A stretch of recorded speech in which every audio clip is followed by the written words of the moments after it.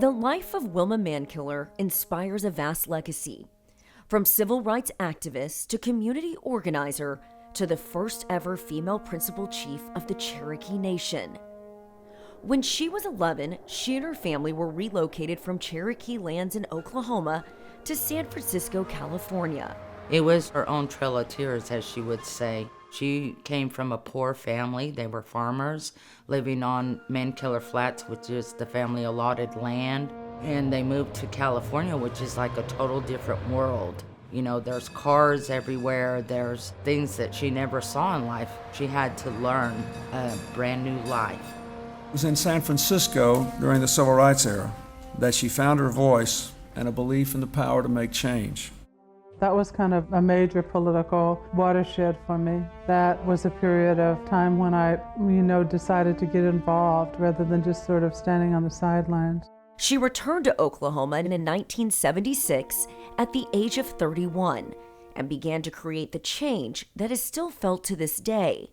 We have somebody who is iconic, who did real substantive work, but also stands as a symbol for progress and what people can be if they believe in themselves and work together. Her legacy to me means what my family now continues is people helping people. As they say, Godoogie. I feel that her goal was to lead the people to believe in themselves, that they can get things done themselves. I will faithfully execute the duties. Wilma Mankiller became chief of the Cherokee Nation in 1985 and served for 10 years. She cared about her people as if they were her own family. She focused on restoring pride in being Cherokee and understanding tribal traditions and culture. She was very at home in those traditions and reminded Cherokee people that that's where we came from. She could speak to, I think, the Cherokee people about big concepts, about self-governance, about different areas of policy from healthcare to housing to education. And she could speak in cultural terms and historic terms, and I think that's one of the things that made her a great leader, that connection to our past. I love this picture because this is outside of her home in Rocky Mountain, and that's where she wanted to be, home. As chief, Wilma led the way in creating a better healthcare system for the Cherokee Nation. She really empowered us to take control of our own healthcare destiny through something called self-governance. She essentially stared at the federal government and said, "We can do this better than you."